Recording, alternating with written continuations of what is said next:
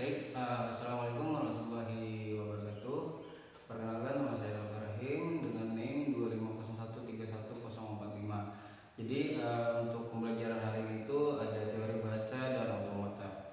Jadi materi yang saya sampaikan itu adalah FDA. Apa sih yang dimaksud dengan FDA itu? FDA itu adalah post down automata.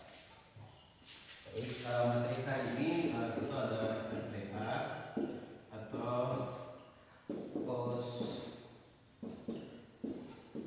down automata. Sebelum kita memasuki ke sebuah materi kali ini, coba bayangkan di sini itu untuk penulisan sebuah struktur kode sederhana itu, misalnya kita untuk menulis sebuah elemen di HTML. Coba sebelum kita memasuki ke sebuah materi, apa sih itu FDA? Jadi di sini coba kalian bayangkan di sebuah elemen HTML,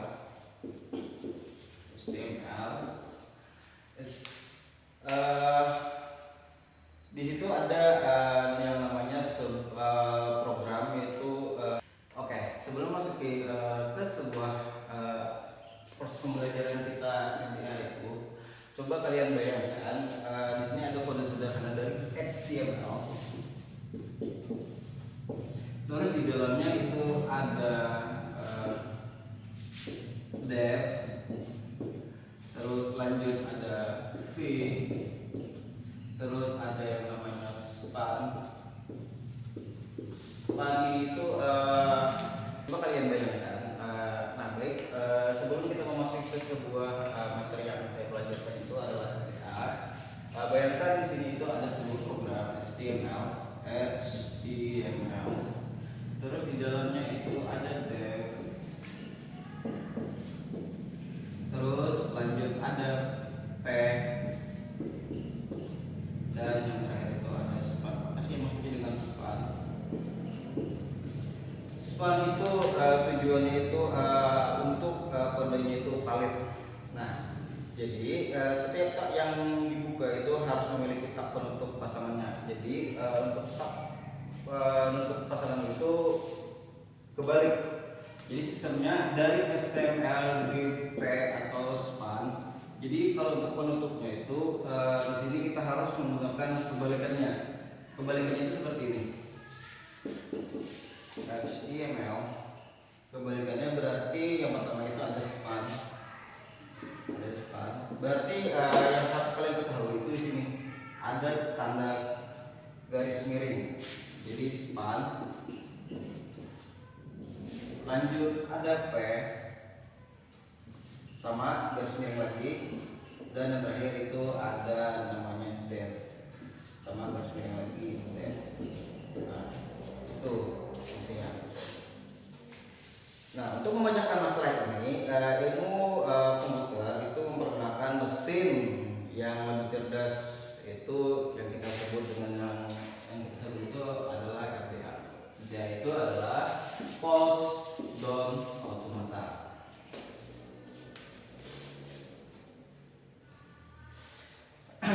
Secara teori, apa sih yang namanya post down automata? Secara sederhananya itu seperti ini.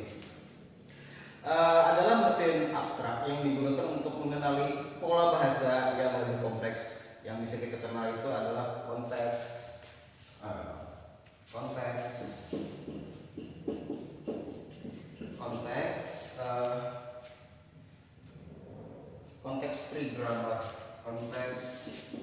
free grammar,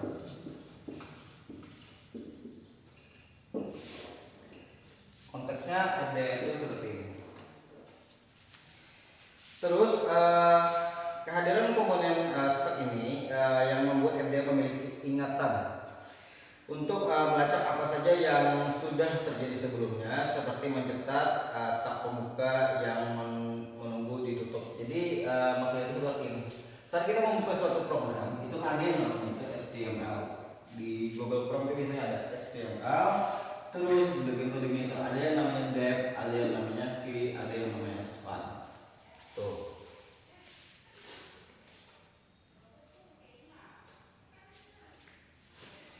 jadi secara keseluruhan RDA itu ada rahasianya. Rahasia dari RDA, itu dia bagaimana cara memori RDA itu bekerja. Memori ini menggunakan sistem stack atau tumpukan dengan prinsip LIFO atau last in first out, termasuk terakhir masuk dan pertama keluar. Contohnya seperti apa? Baik, analoginya itu seperti ini.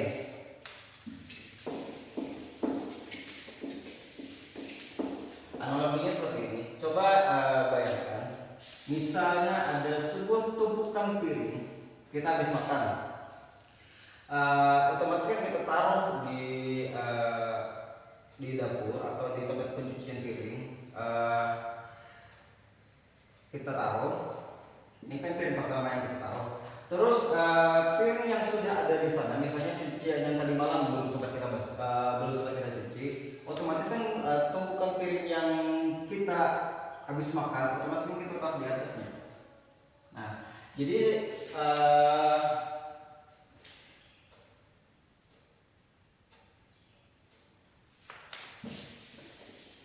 oke, baik.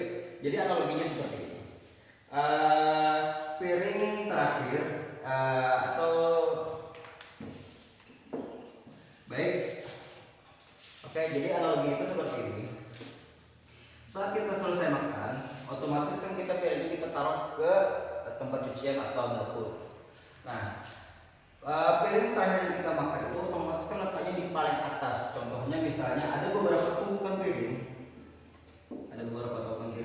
Ini kan piring yang awal. Terus kita selesai makan, kita otomatis kan kita tumpuk ke paling atas. Gak mungkin dong kita taruh ke paling bawah. Kalau kita taruh ke paling bawah, otomatis pasti roboh. Nah, jadi fungsinya RDA itu adalah first in first out, itu yang tadi itu LIFO last in first out. Jadi yang terakhir yang kita taruh itu yang terakhir dijalankan. Seperti itu. Nah, pada RDA ini mesin berinstruksi dengan tumpukan ini menjadi dua operasional utama. Yang pertama itu ada yang namanya push.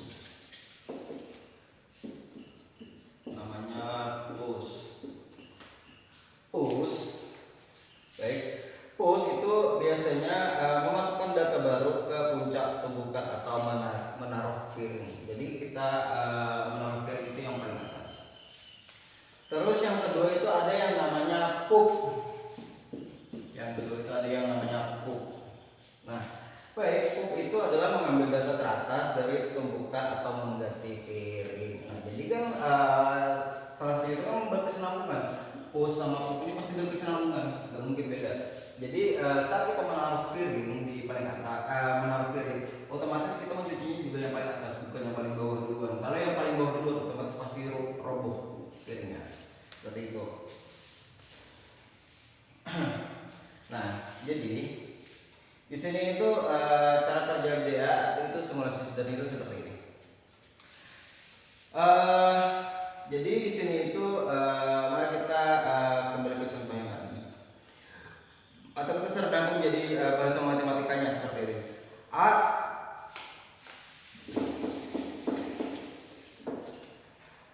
A pangkat N, B pangkat N. Nah, jadi jumlah huruf A harus sama persis dengan jumlah huruf B. Misalnya seperti ini. Misalnya A-nya itu ada 3, otomatis B-nya juga 3. A, B, seperti itu.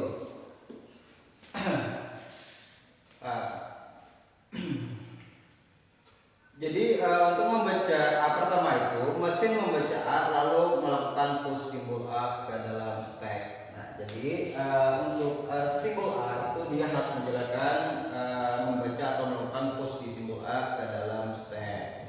Kedua itu membaca A kedua, dan ketiga mesin kembali melakukan push A ke dalam stack. Sekarang ada 3 A ditumpukan. Jadi otomatis kan saat kita melakukan ini otomatis ada A-nya ada 3.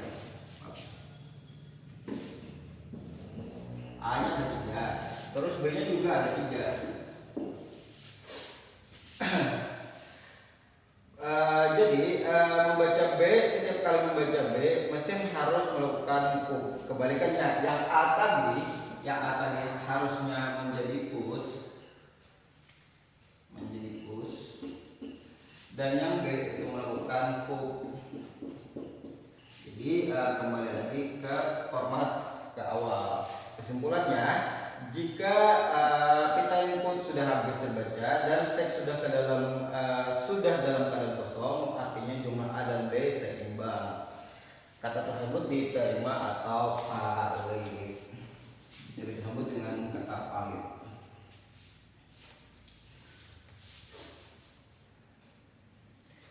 Nah, jadi di sini itu ada yang namanya definisi formal atau bentuk matematis. Bentuk matematis itu seperti ini. Ada yang namanya simbol. Simbolnya itu M sama dengan Q. Ada yang namanya itu apa? Ada yang namanya itu alphabet stack. Alphabet stack itu logonya seperti ini. Terus ada logonya itu fungsi transisi, itu logonya itu seperti ini. Terus ada stack awal, itu logonya Q.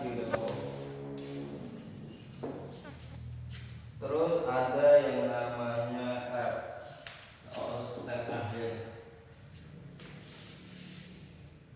Baik. Jadi di sini saya coba jelaskan.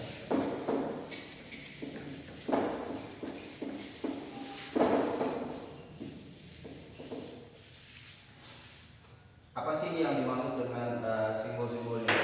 Baik, kita mulai ke M, ke Q. Q itu bisa kita sebut dengan himpunan stack. Himpunan stack. Terus ada yang namanya kayak sinus alpha, itu namanya alphabet input.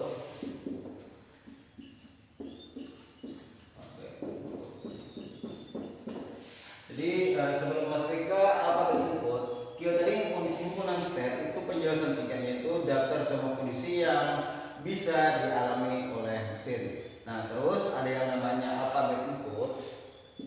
Alphabet input ini kesimpulannya itu adalah kumpulan simbol yang boleh masuk, misalnya huruf A dan B, seperti itu. Terus ada yang namanya seperti huruf R, itu alphabet stack, itu yang bisa kita sebut simbol yang disimpan di dalam tumpukan memori.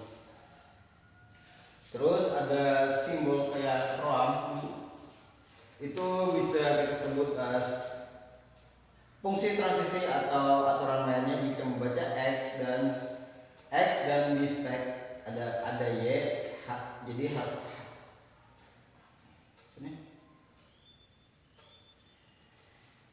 dan selanjutnya itu ada yang namanya fungsi transisi aturan lainnya jika membaca X dan di start ada Y, jadi harus apa? Nah, seperti itu. Nah, terus ada Q dan O. Q dan O itu adalah start awal posisi mesin saat pertama kali dinyalakan. Terus ada yang namanya ZO. ZO itu simbol awal stack, tanda bahwa tumpukan sedang kosong atau dasar tumpukannya. Terus yang terakhir itu ada yang namanya F. Itu adalah step akhir. Step akhir ini posisinya garis finish jika berakhir di sini atau data kita sebut data